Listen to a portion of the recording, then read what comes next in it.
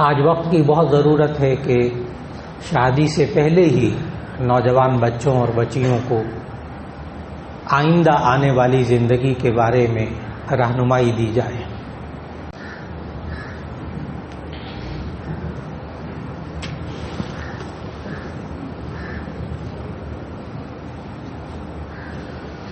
السلام علیکم ورحمۃ اللہ وبرکاتہ۔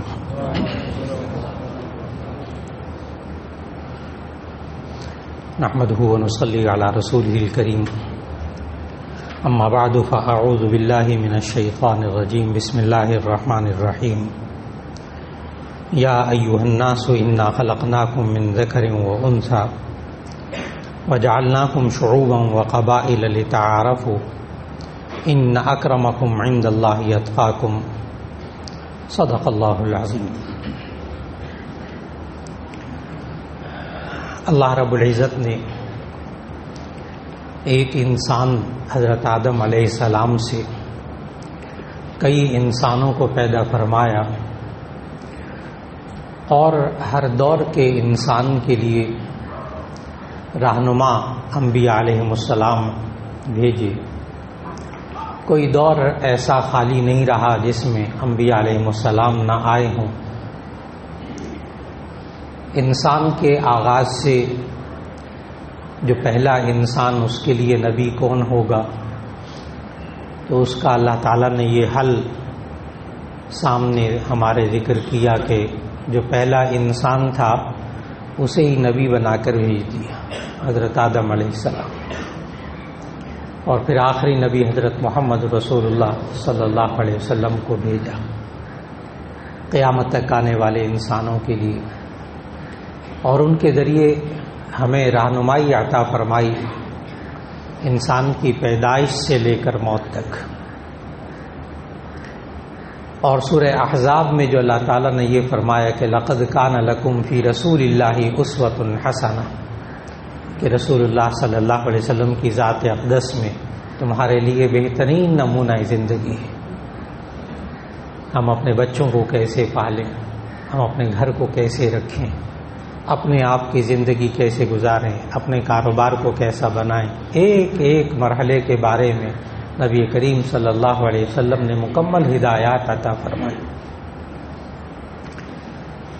کاش کہ ہم اپنے بچوں کی جب تربیت کر رہے ہوں اور جب وہ ذرا سمجھدار ہوں تو ہم اپنی اس اولاد، اپنے بچوں اور بچیوں سے یہ کہہ سکیں کہ ہم نے تمہاری پیدائش سے لے کر اب تک تربیت اللہ کے رسول صلی اللہ علیہ وسلم کے حکم کے مطابق کی ہے۔ آج وقت کی بہت ضرورت ہے کہ شادی سے پہلے ہی نوجوان بچوں اور بچیوں کو آئندہ آنے والی زندگی کے بارے میں رہنمائی دی جائے کہ وہ اپنے بچوں کی پرورش اسوہ حسنہ کے مطابق کیسے کریں۔ بعض حضرات کے ذہن میں یہ آتا ہے کہ نبی کریم صلی اللہ علیہ وسلم کو تو 40 سال کی عمر میں نبوت ملی، تو 40 سال سے پہلے کی جو زندگی تھی وہ تو ہمارے لیے حجت نہیں ہے، تو اسی صورت میں ہم بچوں کو نبی کریم صلی اللہ علیہ وسلم کے بچپن کے مطابق کیسے بنائیں۔ یہ ایک بہت بڑا سوال ہے جو کیا جاتا ہے۔ اس کا جواب ذہن میں رکھنا چاہیے کہ جو نبی کریم صلی اللہ علیہ وسلم کی 40 سال پہلے کی نبوت ملنے سے پہلے کی جو زندگی تھی، یقیناً وہ اس وقت نبوت نہیں ملی تھی، لیکن نبوت ملنے کے بعد جو بچوں کے بارے میں احکامات دیے، ہمیں تو اس کے مطابق زندگی گزارنی ہے۔ نبوت ملنے کے بعد جو بچوں کی پرورش کے احکامات دیے اس پر تو ہمیں عمل کرنا ہے، یہی اسوہ حسنہ کے مطابق ہے۔ اور نبی کریم صلی اللہ علیہ وسلم کی جو 40 سال سے پہلے کی زندگی تھی وہ اللہ نے نظام ہی ایسا بنایا تھا کہ نبی کریم صلی اللہ علیہ وسلم کی زندگی میں 40 سالہ زندگی میں بعد میں نبی ہونے کے بعد جو ہدایات دی ہیں، یہ حلال، یہ حرام، یہ جائز، یہ ناجائز، اس میں سے 40 سال کے اندر ایک بھی ناجائز کام نبی صلی اللہ علیہ وسلم سے سرزد نہیں ہوا. تاریخ بڑی پڑی، سیرت بڑی پڑی، ایک بھی کام نبی کریم صلی اللہ علیہ وسلم سے خلاف شریعت اللہ تعالیٰ نے اس وقت بھی نہیں ہونے دیا. اس لیے نبی کریم صلی اللہ علیہ وسلم نے نبوت ملنے کے بعد کیا سکھایا؟ نبی کریم صلی اللہ علیہ وسلم نے ہمیں سکھایا. آج بچوں کو بچیوں کو چھوٹی چھوٹی باتیں ہیں، بہت اہم باتیں ہیں کہ نبی کریم صلی اللہ علیہ وسلم نے فرمایا جب بچے کی پیدائش ہو تو فوری طور پر اس کے دائیں کان میں اذان دیں، بائیں کان میں اقامت کہیں. اب آج کل کے حالات میں کبھی کبھی ڈاکٹر حضرات صاف تو کر دیتے ہیں بچے کو، لیکن ابھی نہلانے کی اجازت نہیں دیتے. وہ کہتے ہیں کچھ وقت ذرا ٹیمپریچر اس کا درست ہو، کھلا ہو، تب کہیں جا کر اس کو نہلائیں گے. تو بہت سے لوگ سوال کرتے ہیں کیا نہلانے کے بعد اس کے کان میں اذان دینی چاہیے؟ تو اس کا جواب یہ ہے کہ اس کا پابند نبی صلی اللہ علیہ وسلم نے نہیں کیا. جب وہ پیدا ہو تو اس کے دائیں کان میں اذان، بائیں کان میں اقامت. اور یہ بھی ذہن میں رکھنا چاہیے کہ بچے کے دائیں کان میں اذان، اپنے حساب سے آپ دائیں اور بایاں مراد نہ لیں. اس لیے کہ جب آپ بچے کو گود میں لیں گے یا کسی دوسرے نے لیا ہو تو بسا اوقات انسان کا دایاں بایاں رخ لیفٹ رائٹ بدل جاتا ہے. تو آپ نے یہ سوچنا ہوگا بچے کے دائیں کان میں اذان اور بائیں کان میں اقامت. ایک وقت تھا لوگ کہتے تھے کہ مولانا نہ یہ اذان کو سمجھتا ہے، نہ اس کے اندر شعور ہے، نہ یہ اس کا ترجمہ سمجھتا ہے، کیا فائدہ ایک کان میں اذان ایک کان میں اقامت.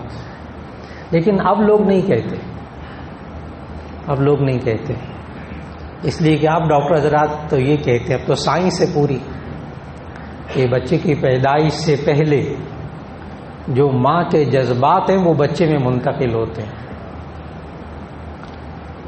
پیدائش سے پہلے ماں اگر غصے میں رہتی ہو تو بس اوقات ڈاکٹر حضرات لیڈی ڈاکٹر سمجھاتے ہیں کہ آپ غصے میں نہ رہیں، ٹینشن میں رہیں، یہ مزاج بچے کا بھی بن جائے گا.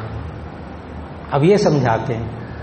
اب تو یہ سمجھاتے ہیں کہ جناب ماں پیدائش سے پہلے اس نے یہ دوائیاں کھائی تھیں، یہ دوائیاں کھائی تھیں، تو پیدائش کے بعد 10 سال بعد 15 سال بعد اس بچے میں یہ اثرات ظاہر ہوتے ہیں.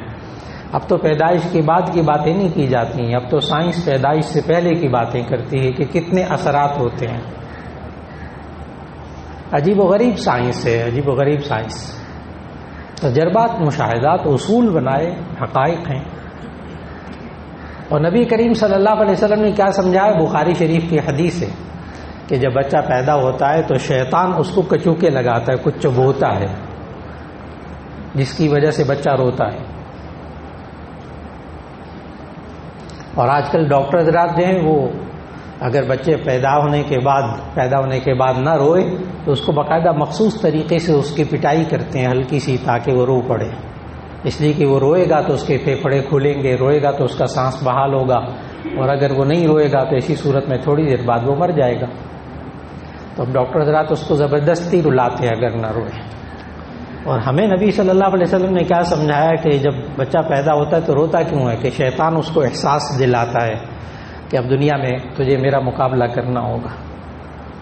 اب ایسے مرحلے میں اس کے دائیں کان میں اذان یعنی اللہ کا نام منتقل کیا جا رہا ہے، اللہ کا نام منتقل کیا جا رہا ہے. اور آج بھی آپ حضرات یہی کرتے ہیں اپنے بچوں اور بچیوں کے ساتھ.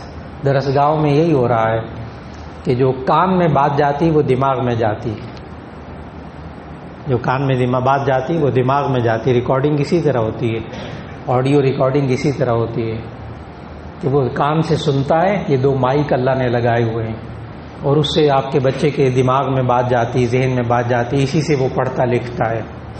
اللہ کا نظام ہے نا. تو وہ شروع میں اس کے کان میں اللہ کا نام، اللہ کے رسول کا نام صلی اللہ علیہ وسلم کا نام اس کے اندر اتارا جا رہا ہے. یہ سنت ہے نبی صلی اللہ علیہ وسلم کی. نبی صلی اللہ علیہ وسلم تمام صحابہ کو یہ باتیں سکھاتے تھے. پھر حضرت فاطمہ رضی اللہ تعالیٰ عنہ کو سکھایا نبی صلی اللہ علیہ وسلم نے جب حضرت حسن حضرت حسین رضی اللہ تعالیٰ عنہما پیدا ہوئے. کہ ان کے دائیں کان میں اذان دو، بائیں کان میں اقامت کہو۔ مشکات شریف میں حدیث موجود کہ نبی صلی اللہ علیہ وسلم نے سکھایا کہ 7ویں دن ان کا اچھا سا نام رکھو، 7ویں دن ان کا اچھا سا نام رکھو، ان کا 7ویں دن ان کے سر کے بال منڈاؤ اور عقیقہ کرو۔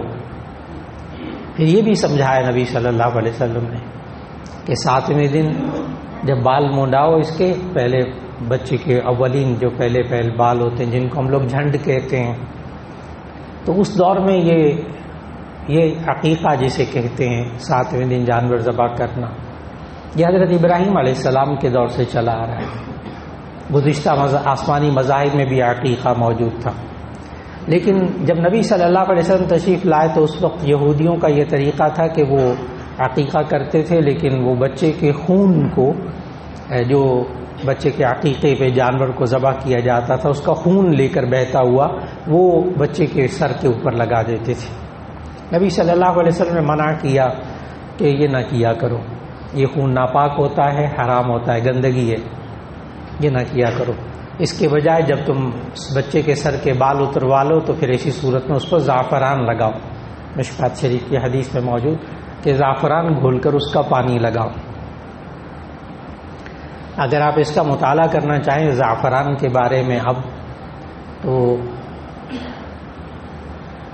طب نبوی اور جدید سائنس، طب نبوی اور جدید سائنس اردو میں ڈاکٹر ہے MBBS، انہوں نے لکھی، ڈاکٹر خالد غزنوی مرحوم نے یہ کتاب لکھی، اس میں زعفران پر انہوں نے پورا چیپٹر بنایا ہے، پڑھنے کے قابل ہے، MBBS ڈاکٹر۔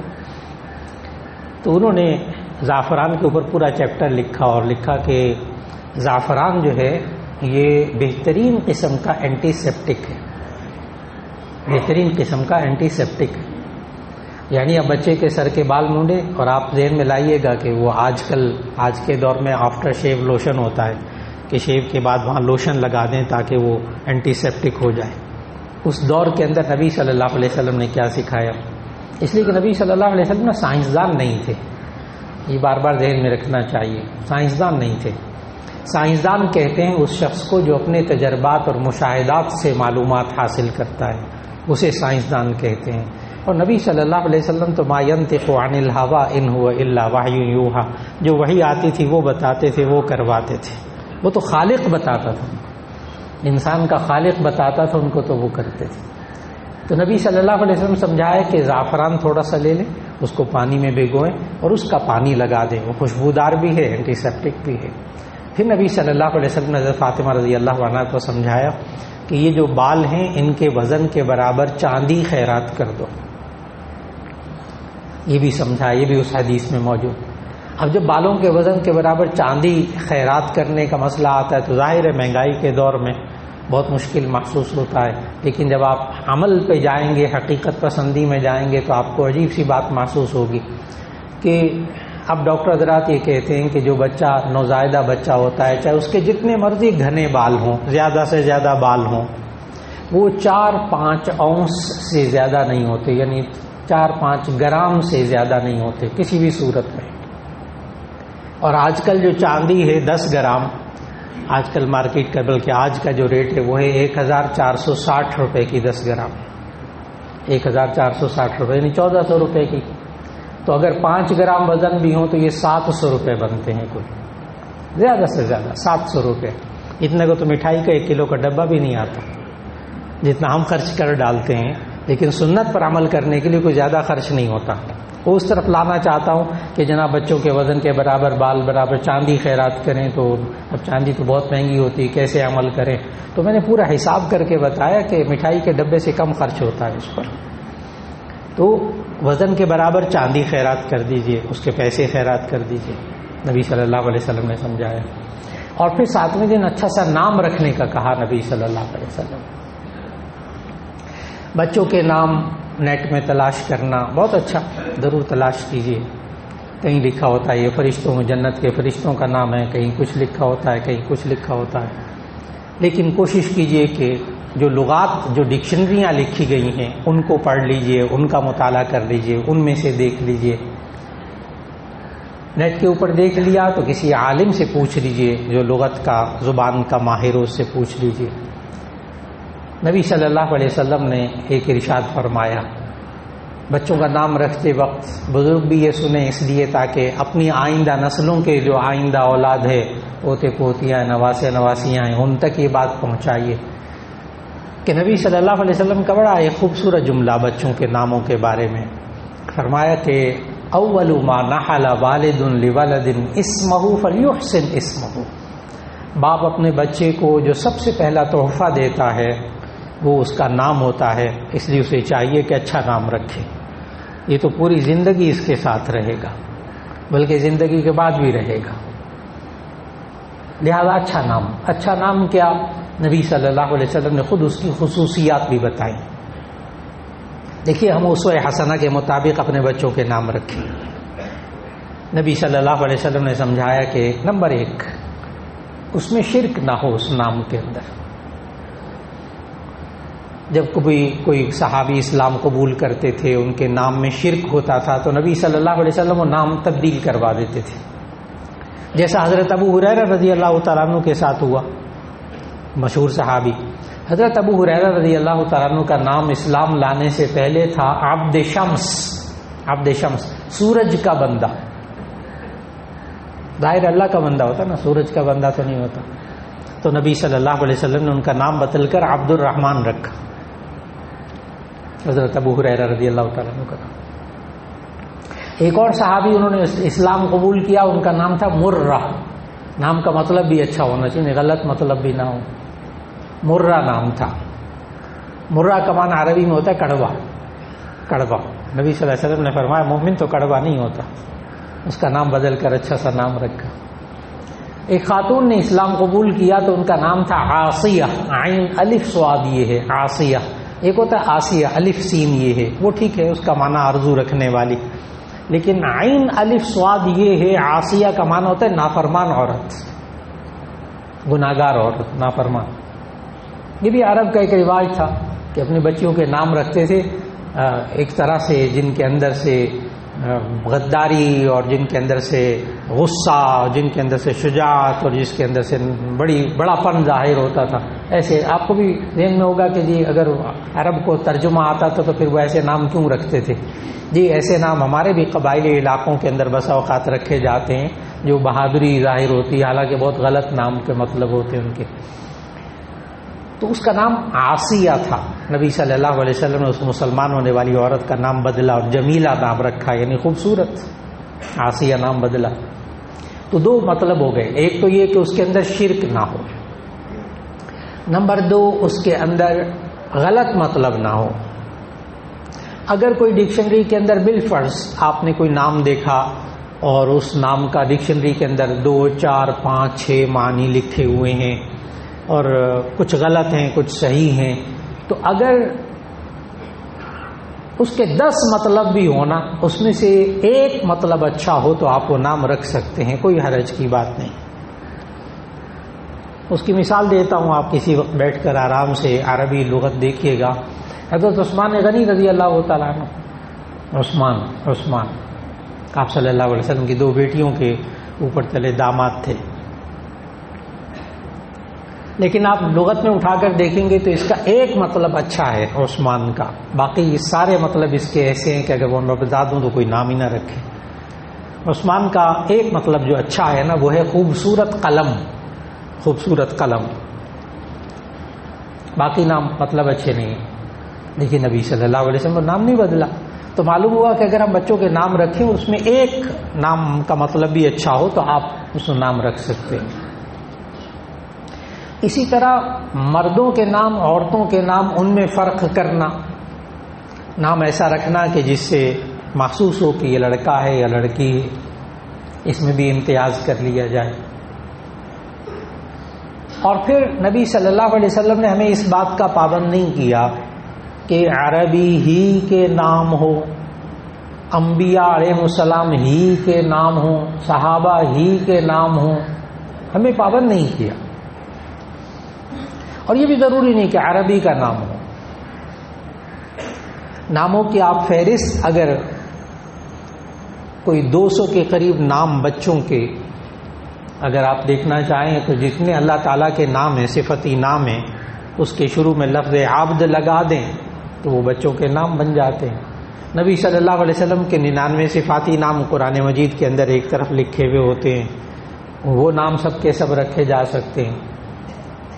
پھر اسی طرح کوئی نام اگر کسی اور زبان کا ہو تو وہ بھی رکھا جا سکتا ہے، بشرطے کہ اس نام کے اندر غیر مسلم ہونا ظاہر نہ ہو رہا۔ یہ ایک بڑی قابل توجہ بات ہے، اس لیے کہ ہم آپ سب کے عزیز و اقارب کوئی نہ کوئی باہر رہتا ہے، کوئی کینیڈا میں ہے، کوئی امریکہ میں ہے، وہاں وہ بچوں کے نام رکھنے میں غلطی کر رہے ہیں، یہ والی جو میں بتانے لگا ہوں۔ اگر کسی اور آسمانی کتاب میں وہ نام کسی نبی کا بھی ہو نا تو بھی مسلمان اپنے بچے کا نام نہیں رکھ سکتا۔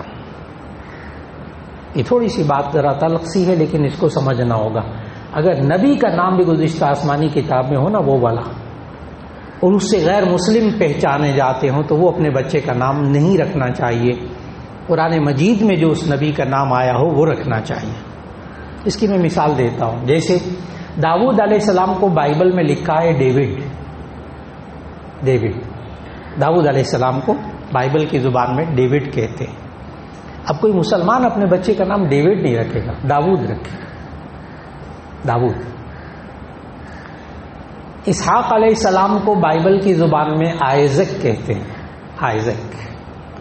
اب وہ آئزک بچے کا نام نہیں رکھیں گے، اگرچہ وہ نبی کا نام آیا ہے بائبل میں، ہم اسحاق رکھیں گے۔ سلیمان علیہ السلام کا نام بائبل کے اندر سالومن آیا ہے، سالومن، لیکن ہم اپنے بچوں کا نام سالومن نہیں لکھیں گے، ہم مسلمان سلیمان ہی لکھیں گے۔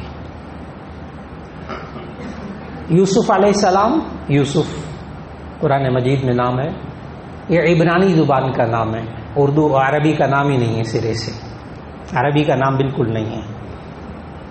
لیکن حضرت یعقوب علیہ السلام نے اپنے بچے کا نام یوسف رکھا تھا تو عبرانی زبان جس میں آسمانی کتابیں نازل ہوئی تھی اس میں یہ یوسف کا معنی ہوتا ہے مزید اور زیادہ، یعنی اپنے بچے کا نام یوسف رکھ دیں تو اللہ تعالیٰ اور زیادہ اولاد دے۔ تو چنانچہ یعقوب علیہ السلام نے اپنے بچے کا نام یوسف رکھا، لیکن عبرانی زبان آپ یوسف نام رکھ سکتے ہیں، لیکن بائبل میں یوسف کو جوزف کہتے ہیں، وہاں جوزف لکھا جاتا ہے۔ آپ اپنے بچے کا نام جوزف نہیں رکھیں گے، یوسف رکھیں گے۔ یہ ایک اور بات جو کہ عام آج کل بہت پیش آ رہی ہے کہ لوگ اپنے بچوں کے نام کہتے ہیں جی بائبل میں تو ہے نا یہ نبی کا نام ہے، ہم کہتے ہیں ٹھیک ہے لیکن یہ غیر مسلم کی شناخت ہے، اس لیے وہ نام نہیں رکھیں گے۔ اسی طرح ہم کسی پنجابی زبان میں نام رکھنا چاہیں، سرائکی میں نام رکھنا چاہیں آپ رکھ سکتے ہیں، آپ عربی میں نام رکھ سکتے ہیں، کسی بھی فارسی میں رکھ دیں، جائز، معنی اچھا ہونا چاہیے، شرک اس میں نہیں ہونا چاہیے، اور بے مطلب نام بالکل اس سے بچنے کی کوشش ہونی چاہیے۔ کیا نام کے اثرات ہوتے ہیں؟ نام کے اثرات ہوتے ہیں تو بہت آسان سی بات ہے، کسی آدمی کو آپ اچھے نام سے پکار لیں جس کا مطلب اس کو آتا ہو، اس کے اوپر اچھی طبیعت، اچھے اثرات آپ کو نظر آئیں گے، اور کسی برے لقب کے ساتھ کسی بندے کو جو چیز کا مطلب اس کو آتا ہو پکار کر دیکھ لیں کیا حال ہوگا۔ تو اثرات تو ہیں اس مطلب کے نام کے، اچھے مطلب کا۔ اسی نبی صلی اللہ علیہ وسلم نے برا نام کہ مرا تھا تو بدل دیا کہ مومن کڑوا نہیں ہوتا۔ رہا یہ کہ آپ کسی بھی زبان کے رکھ لیں، مثال دیتا ہوں، عطا اللہ عربی زبان کا نام ہے، اللہ کا دیا ہوا۔ جب آپ اس کا پنجابی زبان میں نام رکھنا چاہیں عطا اللہ کا ترجمہ تو اللہ دیتا، اب اللہ دیتا نام رکھا بالکل ٹھیک ہے۔ آپ اس کو سرائکی میں نام رکھنا چاہیں عطا اللہ کا ترجمہ کر کے اللہ ڈیوایا تو بالکل درست، آپ سرائکی میں بھی نام رکھ سکتے ہیں بچوں کے، لیکن اس کا معنی اچھا ہو، اس میں شرک نہ ہو اور اس میں غیر مسلم کی پہچان نہ ہو۔ تو میں نے آج گزارش کی کہ نبی صلی اللہ علیہ وسلم نے ہمیں اپنے بچوں کے نام رکھنے کے لیے کیا آداب سکھائے۔ اللہ رب العزت بے اولادوں کو اولاد عطا فرمائے، اور جن کو اولاد عطا فرمائی ان کو اس حسنہ کے مطابق ان کی تربیت کرنے کی توفیق عطا فرمائے۔ وآخر دعوانا ان الحمد للہ رب العالمین۔